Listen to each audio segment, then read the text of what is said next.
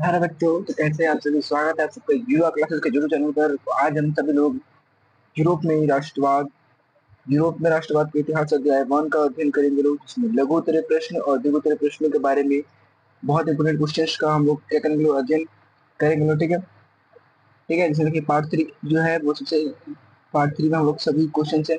इससे पहले पार्ट 1 और पार्ट 2 का जो क्वेश्चन है वो हमने करा दिया है। पार्ट 1 में हमने इंट्रोडक्शन कराया है और पार्ट 2 में हमने ऑब्जेक्टिव क्वेश्चन को किया है। ठीक है, यहाँ तक मुझे उम्मीद है कि इससे बेहतर शायद ही कोई बताएगा, इसलिए आपसे उम्मीद है कि आप सभी बेहतरीन तरीके से पढ़ने का प्रयास कीजिएगा। चलिए आइए शुरू करते हैं हम लोग अपने अध्याय को। जो भी प्रश्न महत्वपूर्ण प्रश्न है, तो बच्चों देखते हैं लोग। प्रश्न नंबर 1 क्या है। प्रश्न नंबर 1, राष्ट्रवाद क्या है। क्या राष्ट्रवाद क्या है? देखिए, राष्ट्रवाद अपने राष्ट्र के प्रति प्रेम है। राष्ट्रवाद अपने राष्ट्र के भौगोलिक, सांस्कृतिक और समाज में रहने वाले लोगों में प्रेम और एकता का भावना है। ठीक है, जैसे बताया ना राष्ट्रवाद क्या है, तो राष्ट्रवाद एक ऐसी भावना है ना जो किसी भी समाज में या किसी भी संस्कृति में रहने वाले लोगों के बीच एकता की कड़ी बनती है। ठीक है, जैसे दो टूटे हुए मार्गों को जोड़ने के लिए इसके पीछे मान लो एक रोड की तरह थोड़ी जो है ना, इन दोनों को जोड़ने के लिए एक पुल बनाया गया। ठीक है, ये जो पुल है ना, ये किसका काम करती है? ये काम करती है, एक का काम करती है। ठीक है, अगला क्वेश्चन है, मेजनी कौन था? मेजनी कौन था? तो मेजनी को इटली के राष्ट्रीय आंदोलन का मसीहा कहा जाता है, क्योंकि इटली में जितने भी आंदोलन हुए थे ना, उसमें बहुत बड़ा योगदान किसने निभाया था? मेजनी ने निभाया था। ठीक है, मेजनी का जन्म 1805 में जिनेवा में हुआ था और उसमें पढ़ाई पूरी करने के बाद वह क्रांतिकारी संगठन कार्बोनरी में जुट गया। ठीक है, ये बहुत इंपॉर्टेंट लाइन है, इसको याद रखना है। किस संगठन में? तो कार्बोनरी संगठन, किस संगठन? कार्बोनरी संगठन में वो जुड़ गया था। ठीक है, बाद में उसने यंग इटली नामक एक संस्था की स्थापना की। ठीक है, 1921 में। कब के? 1921 में। कब लोग लिख सकते हैं अगर मन करे तो लिख लीजिए लोग, 1921 में। ठीक है, किया गया था। अगला क्वेश्चन है, जर्मनी की बाधाएं क्या क्या थी? जर्मनी की बाधाएं क्या क्या थी? देखिए, इसको ऐसे बोल सकते हैं, जर्मनी के एकीकरण की अनेक बाधाएं थी। पहला, जर्मनी लगभग 300 छोटे बड़े राज्यों में बटा हुआ था। कितने बड़े? 300 छोटे बड़े राज्यों में बटा हुआ था। एक नंबर। दोनों बता देंगे, सभी राज्यों में इन सभी राज्यों में इन सभी राज्यों में प्रमुख अपनी एक अलग सोच थी। धार्मिक और जातीय रूपों में भी वो एक नहीं थे। ठीक है, मेटरनिक युग क्या है? कौन से? मेटरनिक युग। मेटरनिक अपने समय का सबसे महत्वपूर्ण और सबसे प्रतिभाशाली राजनीति था। ठीक है, मेटरनिक जो था ना, वो अपने समय का सबसे ग्रेट पॉलिटिशियन था, बहुत प्रभावशाली राजा था। ठीक है, उसके हर एक बात सबको माना था, तो कोई बात बहुत सोच समझ करता था। उसने यूरोपीय राजनीति में इतनी प्रमुख भूमिका निभाई कि 1815 से 1848 तक यूरोपीय इतिहास का काल मेटरनिक युग के नाम से जाना था। मतलब उसने अपने कार्य को, अपने पॉलिटिक्स को इतना बेहतरीन ढंग से निभाया ना, इतना बेहतरीन तरीके से पॉलिटिक्स किया, 1815 से लेकर 1848 तक के लंबे अंतराल को, ठीक है, ये समय है ना, लगभग 30-33 साल का, इस पूरे समय अंतराल को ना उसके नाम से जाना जाता है। किस नाम से? मेटरनिक युग के नाम से। किसी को मेटरनिक युग के नाम से जाना जाता है। ठीक है, अगला क्वेश्चन है, 1848 से फ्रांसीसी क्रांति के कारण क्या था? ठीक है, फ्रांस का शासक लुई फिलिप उदारवादी था, लेकिन वो महत्वाकांक्षी था। ठीक है, उसने 1840 में गीजो को प्रधानमंत्री नियुक्त किया। गीजो कट्टर प्रतिक्रियावादी था। वह राज्य में किसी भी सुधार को लागू करने के पक्ष में नहीं था। मतलब जो फ्रांस के जो लुई फिलिप था ना, जो 1800 क्रांति के बाद शासक बना था, निश्चित तो राजनीतिक नेता था, लेकिन वो महत्वाकांक्षी था। उसको अपने काम से काम रखना था, किस काम से मतलब नहीं रहता था। ठीक है, उसने 1840 में गीजो को प्रधानमंत्री नियुक्त किया। गीजो कट्टर प्रतिक्रियावादी था, वह राज्य में किसी प्रकार सुधार नहीं चाहता था। राजा लुई फिलिप भी अमीरों को पसंद करते थे। जो राजा फिलिप था ना, वो भी क्या अमीरों को चाहता था, गरीबों से उसको मतलब नहीं था। उसके पास कोई सुधारात्मक कार्यक्रम नहीं था। देश में भूखमरी और बेरोजगारी चरम पर थी, फलतः सुधारवादी नाराज रहने लगे। इन सभी कारणों से 1848 की फ्रांस की क्रांति को जन्म होता गया ना, कि जो भी यहाँ पर क्रांति हुई थी ना, ये जो राजा था, क्या था? जो राजा था ना, ये किसी प्रकार का सुधार नहीं चाहता था, अपनी जनता के प्रति किसी प्रकार का सुधार नहीं चाहता था। और जो सुधारों पर जो सुधारवादी लोग थे, कौन लोग? सुधारवादी लोग, वो लोग काफी अब भी खुश होने लगे। वहां पर बेरोजगारी छा गई। क्या चले? बेरोजगारी छा गई और कुछ नाराज होने लगे, और इन लोगों ने क्या किया?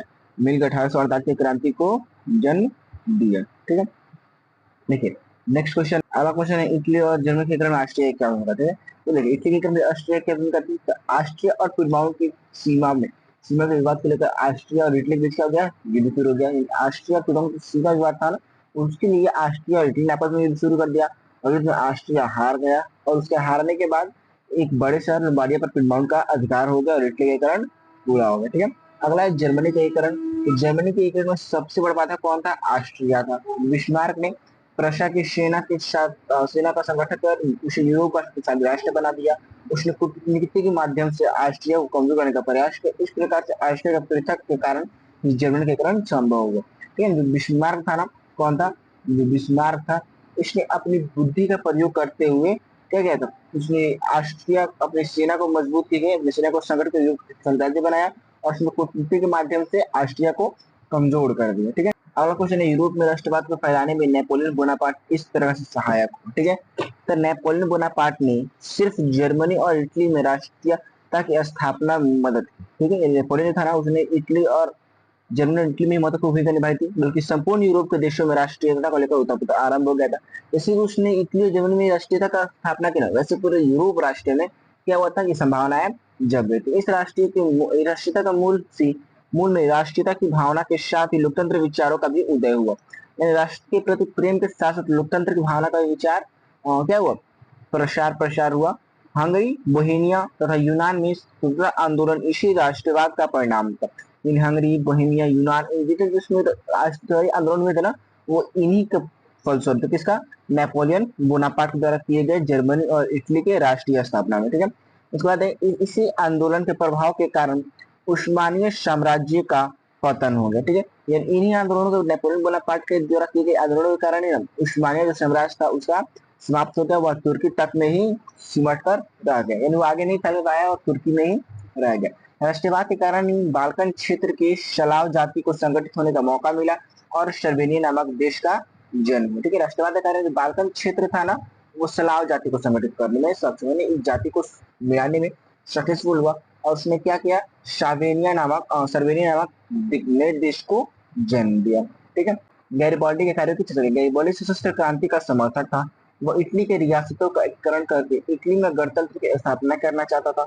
वह म्यूजिनी के विचारों से प्रभावित था, किंतु बाद में काउंट कवर के प्रभाव में आकर संवैधानिक राजतंत्र को समर्थक बन गया। ठीक है, उसने अपने लोगों को मिलाकर एक सेना गठन की और सेना के बल पर इटली के प्रांतों सिसिली तथा नेपलस पर अधिकार जमा लिया। उसने विक्टर मिनुल के प्रतिनिधि के रूप में वहां की सत्ता संभाल ली। वह रोम पर आक्रमण करना चाहता था, लेकिन काबू के कहने से उसने योजना त्याग दी। उसने बहुत कुछ किया, किंतु कहीं का शासक बनने से इनकार कर दिया। इस त्याग से विश्व भर में उसकी प्रशंसा हुई। ठीक है, जैसे गैरिबाल्डी सशस्त्र क्रांति का समर्थक था। उसने इटली के रियासतों का एकीकरण करने का प्रयास किया। ठीक है, वो शुरुआत में मेदिनी से बहुत प्रभावित था, लेकिन बाद में काउंट काबूर से प्रभावित होने लगा और उसी तरह संवैधानिक राजतंत्र का समर्थक बन गया। अपने ही लोगों को मिलाकर एक सेना का गठन किया और फिर इटली के एकीकरण में अपना बल दिया। ठीक है, और उस जब चांसेस मिला ना, विक्टर मेनुल द्वारा चांस मिला कि आप राजा बन जाइए इन राज्यों के, तो उन्होंने इनकार कर दिया, अपने सारी जगहों को छोड़कर, ठीक है, अब नामावली किसान बन गए। और इनकी जीवनी लिखी है किसने? एक लाला लाजपत राय, आप जानते होंगे, भारत के महान क्रांतिकारी रहे हैं, उन्होंने इसकी जीवनी लिखी है। ठीक है, विलियम वन के बगैर जर्मनी के एकीकरण सिर्फ एकीकरण बिस्मार्क के लिए असंभव था। कैसे? विलियम वन जो था ना, उनके बगैर जर्मनी एकीकरण बिस्मार्क के लिए नहीं करते। कैसे?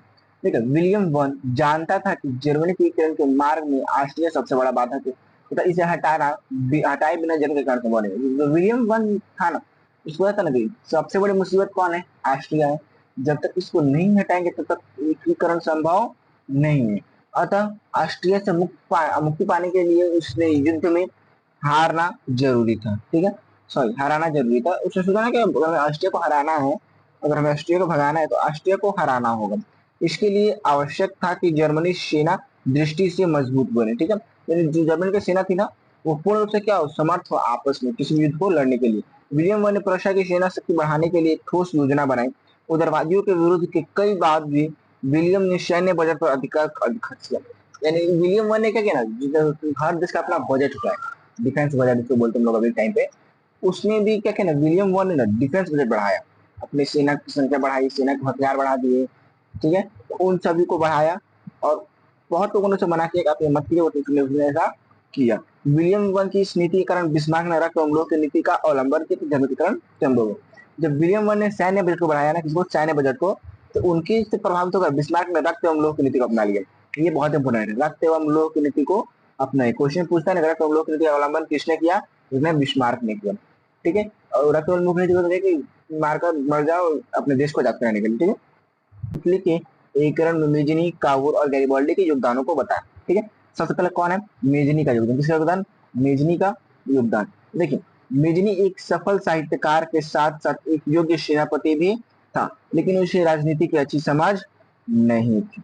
ठीक है, मेजनी एक बहुत अच्छा साहित्यकार था, एक सेनापति, काफी कुशल सेनापति था, एक कुशल सेनापति था, लेकिन उसे राजनीति के बारे में उतना नॉलेज नहीं था, राजनीति किया कैसे जाता है या कैसे नहीं किया जाता है। ठीक है, देखिए, फिर है कि अनेक असफलता के बावजूद उसने हार नहीं मानी। 1848 में यूरोपीय क्रांति के दौर में मेजनी ने ऑस्ट्रिया को छोड़ना पड़ा। बाद में वह इटली की राजनीति में सक्रिय हो गए। ठीक है, यानी अनेक बार वो हारा। ठीक है, इससे हमें लाइफ का इंस्पिरेशन मानना चाहिए। इससे हारे अनेकों बार है, इससे हारे अनेकों बार है, लेकिन हम हारे नहीं। ठीक है, इसका मानना ये था ना, मैं भले हार गया हूँ लेकिन फिर भी हार नहीं मानूंगा, मैं लड़ता रहूंगा। ठीक है, मैं लड़ता रहूंगा। ठीक है, और वो फिर 1848 के दौर में वापस इटली को छोड़कर चला गया, और बाद में इटली को जब स्वतंत्र हुआ तो वहां वापस वो सक्रिय हो गए। ठीक है, काउंट काबू। मुसोलिनी पिडमोंट का शासक विक्टर एमेनुएल राष्ट्रवादी था और इटली के एकीकरण चाहता था। इस काम को करने के लिए उसने काउंट काबू का प्रधानमंत्री बना। ठीक है, सडीने पिडमोंट नया सबसे बड़ा वफान था विक्टर एमेनुएल का, अब राष्ट्रवादी विचारधारा का। ठीक है, उसने इटली के एकीकरण बहुत जरूरी, वो मानता था कि जरूरी था। इस काम को करने के लिए उसने काउंट काबू अपना प्रधानमंत्री नियुक्त किया।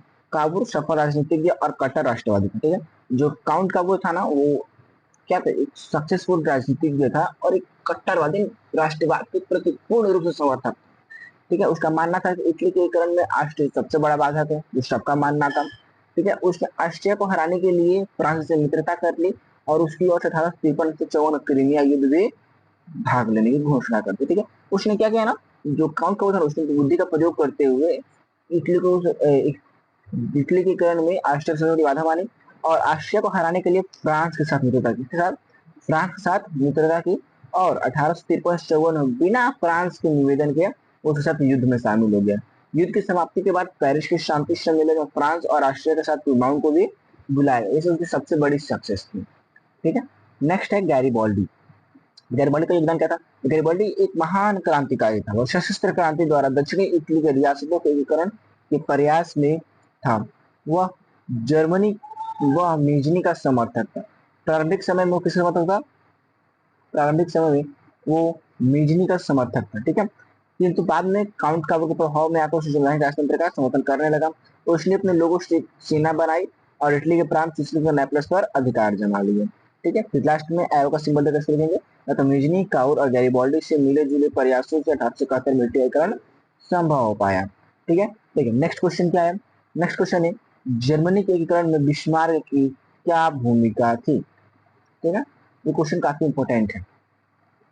ठीक है, बिस्मार्क ने जर्मनी के एकीकरण के लिए एक नीति अपनाई, जिसके चलते उन्हें man of blood and iron कहा जाता है, रक्त एवं लोह की नीति भी कहा जाता है। ठीक है, इसको तो हिंदी में समझिए, man of blood and iron, रक्त एवं लोह की नीति। कौन सी नीति? रक्त एवं लोह की नीति। बिस्मार्क जनतंत्र का विरोध और निरंकुश शासन का समर्थक था। वह राजतंत्र पर किसी प्रकार का संवैधानिक प्रतिबंध नहीं चाहता था। उसे संसद संविधान और लोकतंत्र के आदेशों से घृणा थी। उसका विश्वास था कि जर्मनी के भाग्य का निर्माण राजा ही कर सकता है। उसने क्रांतिकारियों और दरवादियों की कट आलोचना की। ठीक है, तो बिस्मार्क था ना, उसका उसने रक्त एवं लोह की नीति का अवलंबन किया। ठीक है, और फिर उसका जनतंत्र का काफी ज्यादा विरोधी था। उसका मानना था ना कि अगर जर्मनी का एकीकरण करना है तो हमें प्रधानमंत्री नहीं चाहिए, हमें क्या चाहिए? राजा चाहिए। राजा के माध्यम से हम लोग आसानी से एकीकरण कर सकते हैं। ठीक है, उसने कूटनीतिक सफलता की थी। उदारवादी और कराहवादी, कट्टरवादी दोनों ही बिस्मार्क को अपना समर्थक समझते थे। ठीक है, लेकिन वो सक्सेस थी ना, जो भी लोग थे उसके पक्ष में हो या विपक्ष में हो, ठीक है, उसका हमेशा सपोर्ट। मान लीजिए कि अगर मोदी जी कोई बात करते हैं ना, या हमारे देश के प्रधानमंत्री कोई बात करते हैं, तो जो विपक्षी पार्टी है ना उस बात का विरोध करेगी करेगी। कई सारी बातें जो विरोध करेगी ही करेगी, पीछे नहीं। काफी सक्सेसफुल पॉलिटिशियन था। उसकी बातें गैर पक्ष के भी लोग और अपने पक्ष के भी लोग क्या करते थे? मानते थे। ठीक है, बिस्मार्क का उद्देश्य प्रशा को शक्तिशाली राष्ट्र बनाकर उसके नेतृत्व में जर्मनी का एकीकरण करना था। जैसे कि बिस्मार्क का मानना था कि वह किसी भी तरह के जर्मनी प्रशा को शक्तिशाली बना और जर्मनी का एकीकरण अपने नेतृत्व में करके दिखा। उसका दूसरा उद्देश्य ऑस्ट्रिया को जर्मनी परिसंघ से बाहर निकालना था। यानी ऑस्ट्रिया को ना जर्मनी से बाहर निकालना था। एकीकरण के मार्ग में सबसे बड़ा कौन था? ऑस्ट्रिया था। ठीक है, साथ ही वो जर्मनी को यूरोप में प्रमुख शक्ति बनाना चाहता था। तो दादा ने जर्मनी सबसे ताकतवर, ऑस्ट्रिया ना हो। इसका विकल्प में कौन है? विकल्प में आप बोल सकते हैं कि अमेरिका, रूस, जापान, ब्रिटेन और नाउडे अभी डिफेंस मामले में इंडिया में बैठक होता जा रहा है। ठीक है, तो इन सभी की तरफ वो भी चाहता था ना, तो उस टाइम पे जर्मनी का वो सबसे पावरफुल कंट्री है। ठीक है, देखिए उसने प्रशा की सेना का संगठन कर यूरोप उसे यूरोप का शक्तिशाली राष्ट्र बना दिया। ठीक है, उसके कूटनीतिक के माध्यम से, ठीक है, उसने कूटनीति के माध्यम से ऑस्ट्रिया को कमजोर बनाने का प्रयास किया। बिस्मार्क ऑस्ट्रिया का विरोध में रूस से मित्रता करना चाहता था। 10 मई 1831 को फ्रैंकफर्ट में संधि हुई। इससे महत्वपूर्ण जर्मनी को एक साथ मिला और जर्मनी का एकीकरण पूरा हो गया। ठीक है, बताया गया ना कि साथ में उसने जर्मनी एकीकरण को शक्तिशाली राज्य बनाया, लोगों को एकत्रित किया। ठीक है, और फिर बिस्मार्क ने ऑस्ट्रिया के विरुद्ध में रूस से मित्रता कर ली और 10 मई 1831 को फ्रैंकफर्ट के संधि, जिसके बाद इटली का एकीकरण हो गया, सॉरी जर्मनी का एकीकरण हो पाया। ठीक है,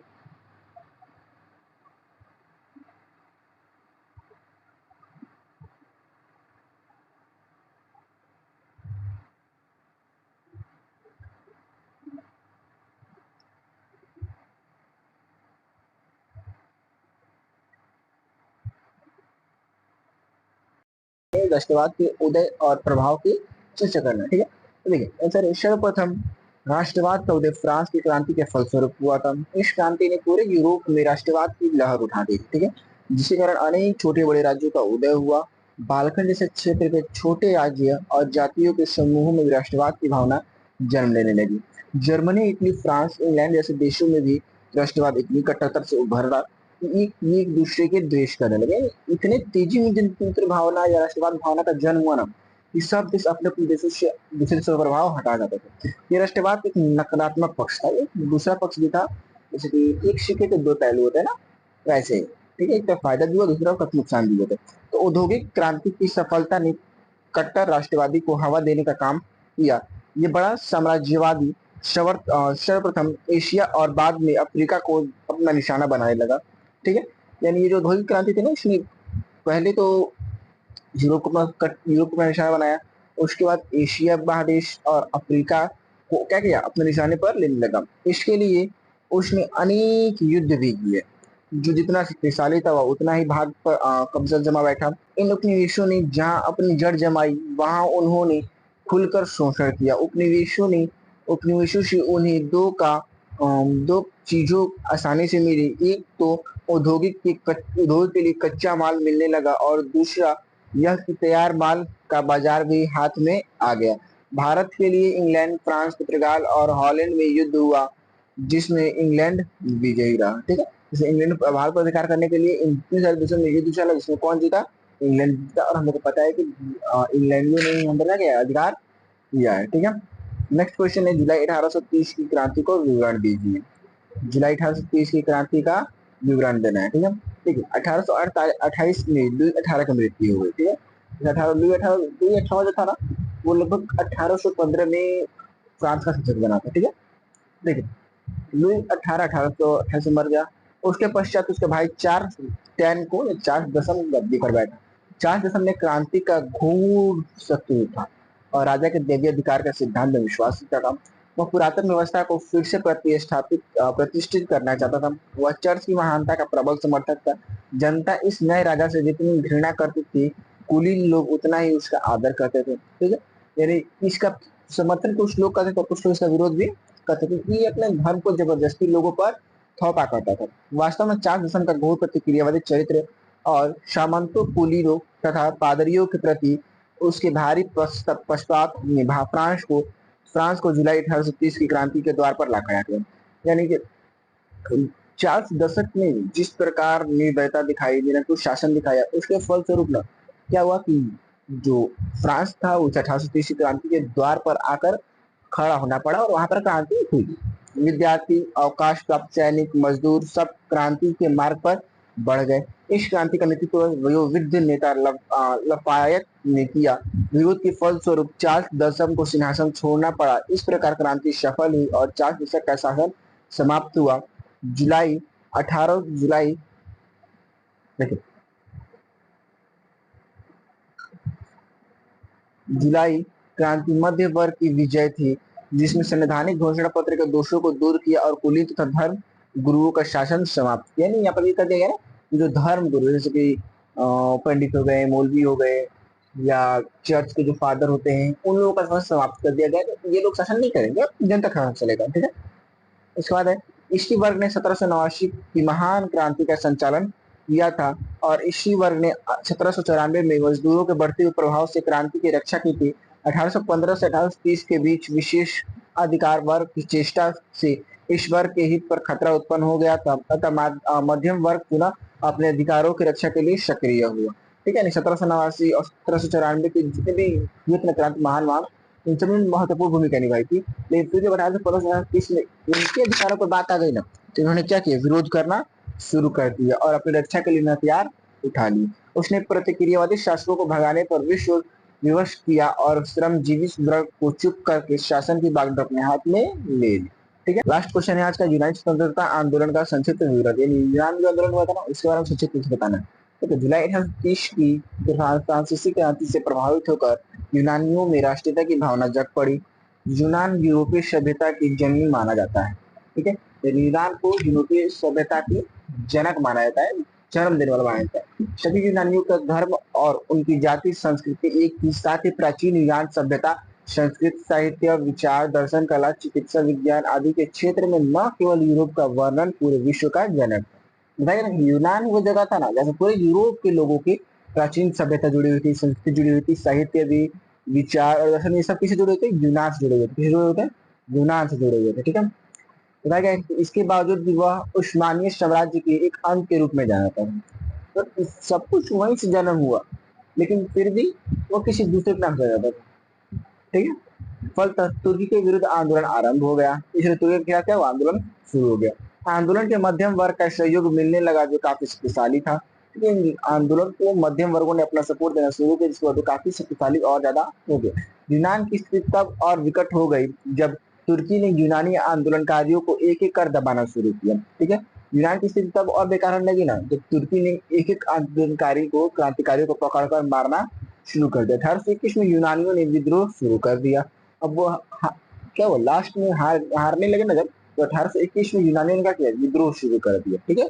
विद्रोह, रूस तो यूनानियों के पक्ष में था, लेकिन ऑस्ट्रिया के दबाव में कारण वह खुलकर सामने नहीं आ रहा था। रूस यानी आजाद हो गया, लेकिन ऑस्ट्रिया ने जिस प्रकार दबाव बनाया हुआ था किस पर, रूस पर। किस पर, रूस पर।